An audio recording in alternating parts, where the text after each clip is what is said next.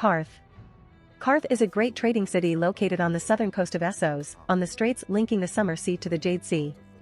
Ships from Westeros, the Free Cities, the Summer Islands, and Slavers Bay all pass through the Straits of Qarth on their way to the great nations and trading centers of the further east, such as Yi Ti and Asshai. Unlike most cities in Essos, Qarth has no fear of the Dothraki, as the vast and forbidding Red Waste divides it from the Dothraki Sea. Nor was Qarth ever conquered by the old Valyrian freehold. While the Red Waste separates Qarth from land-based travel with other parts of Essos, its port is one of the greatest in the world, and the Qartheen use their strategic position to conduct brisk maritime trade with merchants from every land between Westeros and Asshai. Qarth seems to be located on an oasis, for despite being surrounded by desert, the inside of the city is tropical. Qarth is defended by immense stone walls and strong gates, and the Qartheen have been known to bar entry to the city to those who do not meet their approval. Due to Qarth's isolation behind the Red Waste, being denied entry will often spell doom for travelers, and their bones can be found extending around its walls. This area is sometimes called the Garden of Bones. Qarth is an ancient port city located on the southern coast of Essos. It has been referred to as the Queen of Cities, a title also claimed by Yi Ti in Slavers Bay. People and politics. The people of Qarth are known as the Qartheen and call their home the greatest city that ever was or will be. The government of Qarth is an oligarchy headed by a council of nobles and merchants known as the 13. Most representatives on this council are members of the pureborn, an aristocracy descending from the long-deposed kings of Qarth. Although they rule by consensus, any member of the 13 can overrule a decision made by the rest by invoking sumai, pledging their life and their blood to back up their decision. Descending from the Qartheen are a tall and pale people, called milkmen by the Dothraki for their complexion. They pride themselves on their sophistication and consider weeping in times of strong emotion to be a mark of civilization. Qartheen politeness goes as far, having the Qartheen Guild of Assassins known as the Sorrowful Men say "I'm so sorry" to their victim before killing them. The syllables of the Qartheen language sound liquid to a Westerosi ear. The Qartheen dress in linen, samite and tiger fur.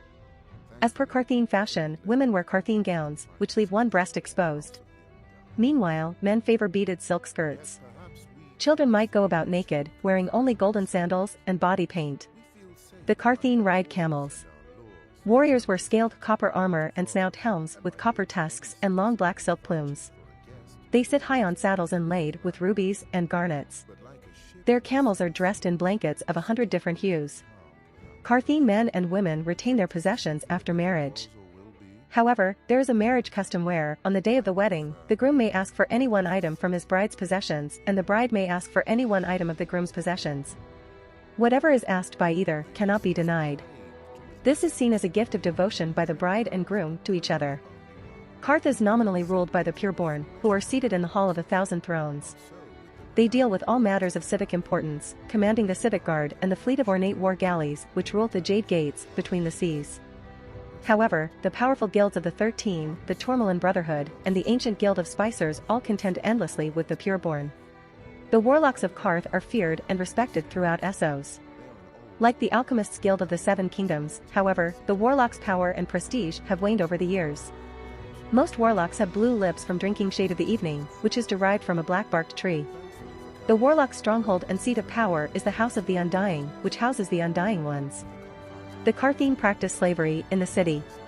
Status is quite important among the Qartheen, and they tend to be very concerned about appearances. The men wear vests which are covered in extravagant gold tracing and jewelry on the front, and women sometimes dye their hair to appear more exotic. Both men and women decorate their clothing with gold pieces shaped like insects and encrusted with jewels. Appearances, however, are not only a matter of status among the Qartheen, but also of survival. Among the 13, for example, those who do not hold hereditary seats will only remain on the council as long as they can appear wealthy and powerful before the eyes of the other 12 members. Any failure to keep up appearances, and they will be removed and quickly replaced. Location. Qarth is located on the Jade Gates, which link the Summer Sea to the fabled Jade Sea. The city is located to the southeast of Lazer and the Red Waste and southwest of the Bone Mountains. Just east of Qarth is the small island of Cal, while the large island Great Morik is to the south. The great slaver cities of Meereen, Astapor, and Yi Ti are to the west of Qarth. 4 main travel routes originate from Qarth. The western route leads to Karkash, the northwestern route to Viz Kozar and Viz Taloro, while the eastern road leads to Asabad.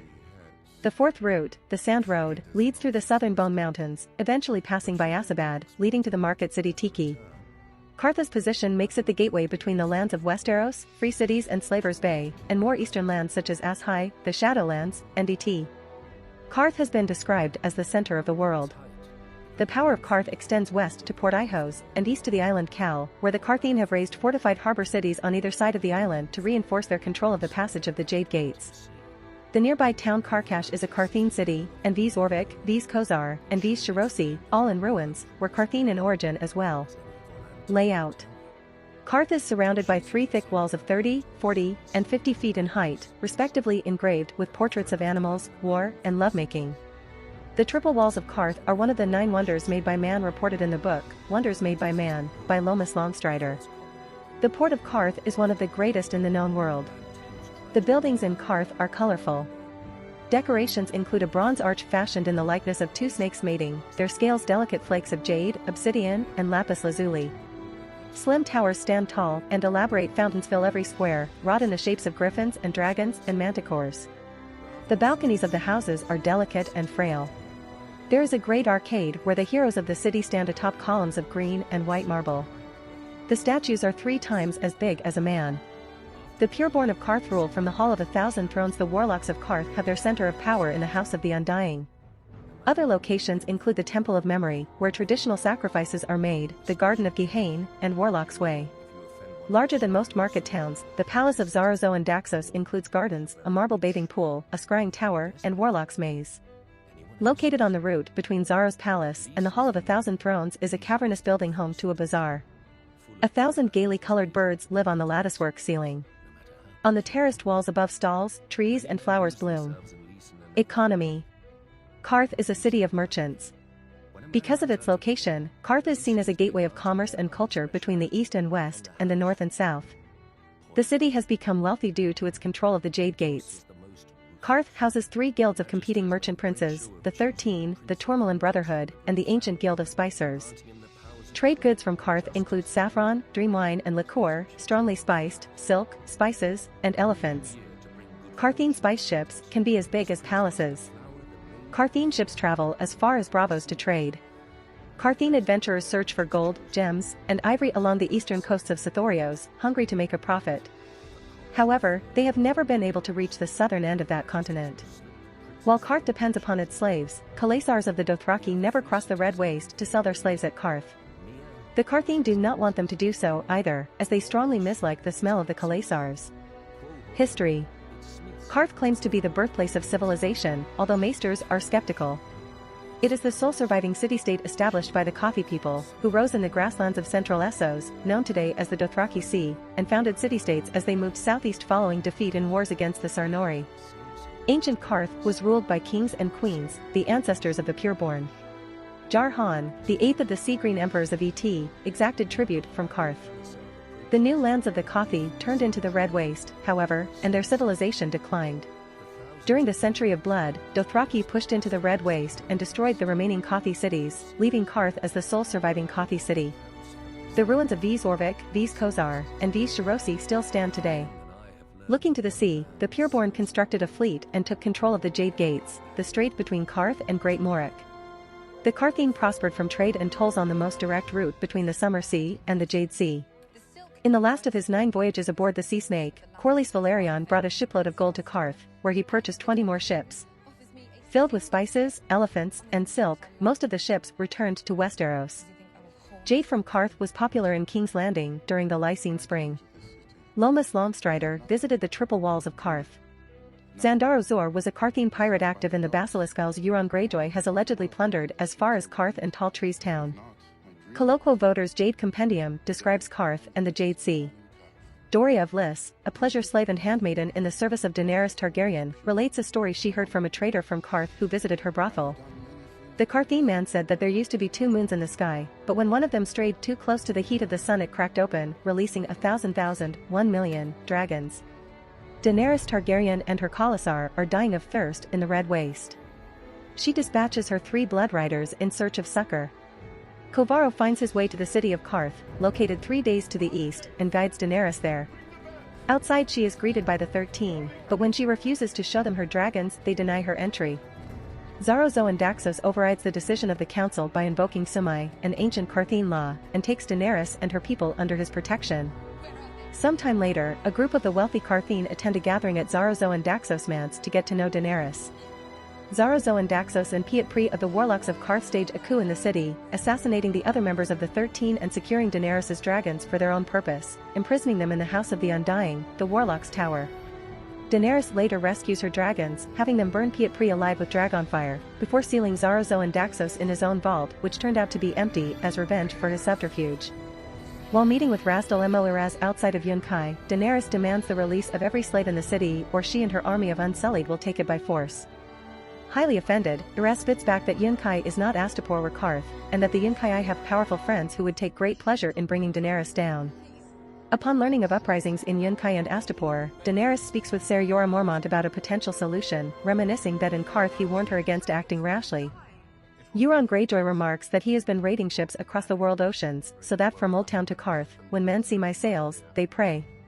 During her speech after the Battle of King's Landing, Daenerys promises her army that they will free the world from tyrants from Lannisport to Qarth.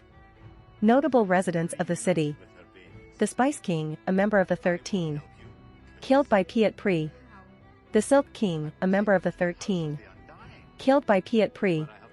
The Copper King, a member of the 13. Killed by Piet Pri. Zaro and Daxos, a merchant prince native to the Summer Islands and an influential member of the 13, self-proclaimed king of Qarth.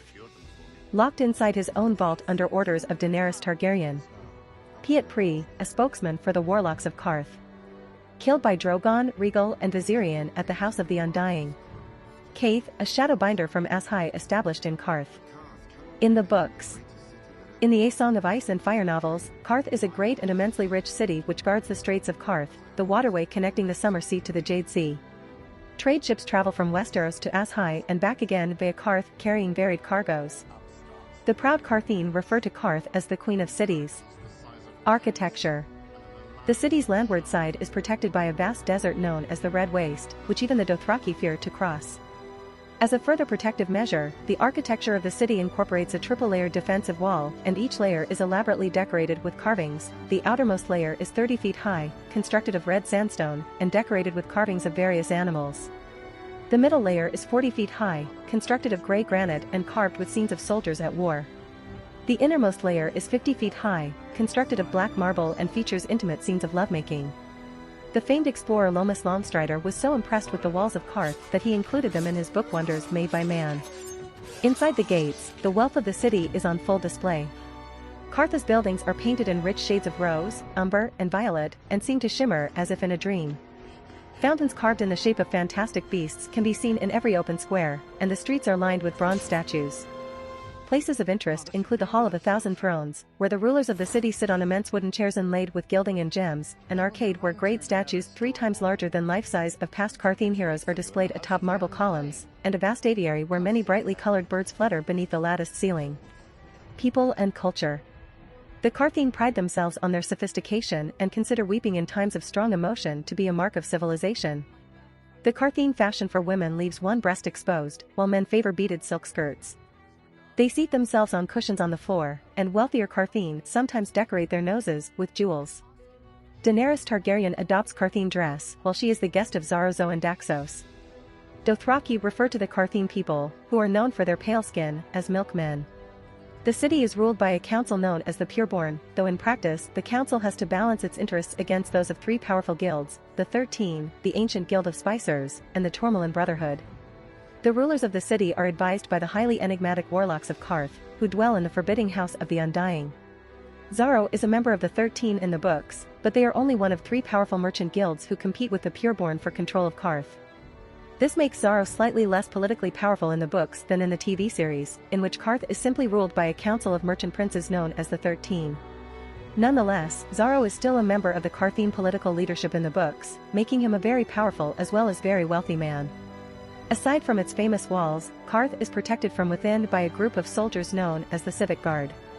This organization consists of both foot soldiers and mounted troops on camels, i.e. camelry. In a further attempt to display the city's wealth, the helmets of Qartheen camel riders are adorned with black silk plumes, the camels' blankets dyed in many rich colors, and their saddles inlaid with gems. Qarth also boasts a powerful navy that protects and controls the vital shipping straits. Port of Qarth. Qarth's port is one of the greatest in the world. Shaped like an enormous horseshoe, the harbor extends for several miles and is jam-packed with activity. Numerous businesses, including brothels, gaming dens, warehouses and wine sinks line the streets, along with temples devoted to various gods. The whole area functions as a massive marketplace, where goods can be purchased for a fraction of what they would cost at a bazaar in the city itself, as long as the buyer asks no questions about the item's provenance. The various trade guilds of Qarth each have designated areas of the harbor where they can moor their ships and warehouse their goods. The far end of the harbor is where ships from Westeros, the Summer Islands and the Free Cities are permitted to land. In A Clash of Kings, the plethora of gifts offered to Daenerys Targaryen gives testament to the scale and reach of Qarthine trading connections. Myrish lace, saffron from Yi Ti, amber and dragonglass from Asshai, bags of coins, silver chains, and rings, exotically colored cloths, black and white striped sources from the plains of the Jogos Nye, an ornate crown fashioned in the shape of a three-headed dragon, courtesy of the Tourmaline Brotherhood. In the novels, Daenerys accompanies Jorah Mormont in his search for a ship to flee the city, and they take note of numerous vessels and their cargoes. Vermilion kiss, unloading chests of saffron, frankincense, and pepper. Bright in azure, taking on casks of wine, bales of sour leaf, and bundles of striped hides before setting sail. Sunblaze, just returned from Astapor and offering slaves for sale right on the docks. History and geography. The Lands of Ice and Fire map book, which features a significantly different outline of eastern Essos to the TV show, establishes that the Jade Gates, another name for the Straits of Qarth, separate Essos from a large island called Great Morek, with Qarth located at the midpoint of the straits. The naming conventions of the surrounding locations, such as the island of Cal to the south and the town of Karkash to the west, suggest that Qarth has a sphere of influence which extends to those settlements. These maps show that Qarth is linked to the city of Kayakayanaya and the Empire of Yi Ti by coastal roads. The World of Ice and Fire sourcebook reveals that Qarth is the sole surviving city established by the Coffee people, who first rose in the southeastern grasslands of central Essos, known today as the Dothraki Sea. A truly ancient people, the Coffee predate the rise of Valyria and possibly extend as far back as the Dawn Age. Along with other contemporary peoples, the Coffee often came into conflict with the rising power of the Sarnori civilization of the western grasslands, losing more often than they won. Pushed further and further south, the Coffee began founding new city-states in the lands now known as the Red Waste. Unfortunately, as the centuries passed, the land became drier and drier, and the Coffee were well on their way to collapse when the doom of Valyria struck. Taking advantage of the chaos, the Dothraki pushed into the Red Waste and destroyed nearly all of the remaining Coffee cities. Qarth was able to survive because it was located so deep within the expanding desert that the Dothraki did not venture so far into such a harsh landscape. Ironically, all this chaos led to the resurgence of Qarth. Forced to look to the sea, the Pureborn swiftly constructed a fleet and took control of the Jade Gates, the strait between Qarth and the island of Great Morek. With the Valyrian fleets destroyed in Volantis, who had claimed the Freehold's mantle, focused on conquering western Essos, no one opposed the Qarthine as they established their control over this key direct route between west and east, thus gaining immense wealth levying tolls on passing trade. In a dance with dragons, Qarth joins the coalition of Yunkai and other cities against Daenerys' rule in Meereen. Xaro arrives at Meereen to warn Daenerys about the imminent war and begs her to leave the city, even providing her with 13 ships, but she refuses to leave. Shortly afterwards, Qarth is the first city of the Yunkai coalition to declare a war against Daenerys, by establishing a naval blockade around Meereen, cutting off trade, driving off a third of the Meereenese fishing fleet and seizing another third. The remaining fishing boats are too frightened to leave the port. Soon the Qarthine fleet is joined by fleets from Tolos, Nugais, and even by Meereenese warships and trading galleys whose captains had taken them to sea when Daenerys' host first laid siege to the city. Inspiration. George R. R. Martin has stated that the Qarthine are a pure fantasy construct, and Qarth itself has no direct analog with any real-life civilization. However, certain parallels can be drawn, for example, due to the city's vital strategic location on narrow straits separating east from west. Qarth is somewhat like ancient Constantinople, modern-day Istanbul, the capital of the Byzantine Empire. Qarth's status as great center of commerce, receiving traders and merchandise from all over the known world, only heightens this comparison. Finally, Constantinople had a famous set of walls that protected its western side. Begun during the reign of Emperor Theodosius in the 5th century CE, these walls eventually incorporated 3 individual layers of defense, similar to the 3 sets of elaborately carved walls that protect Qarth in the novels. See architecture above.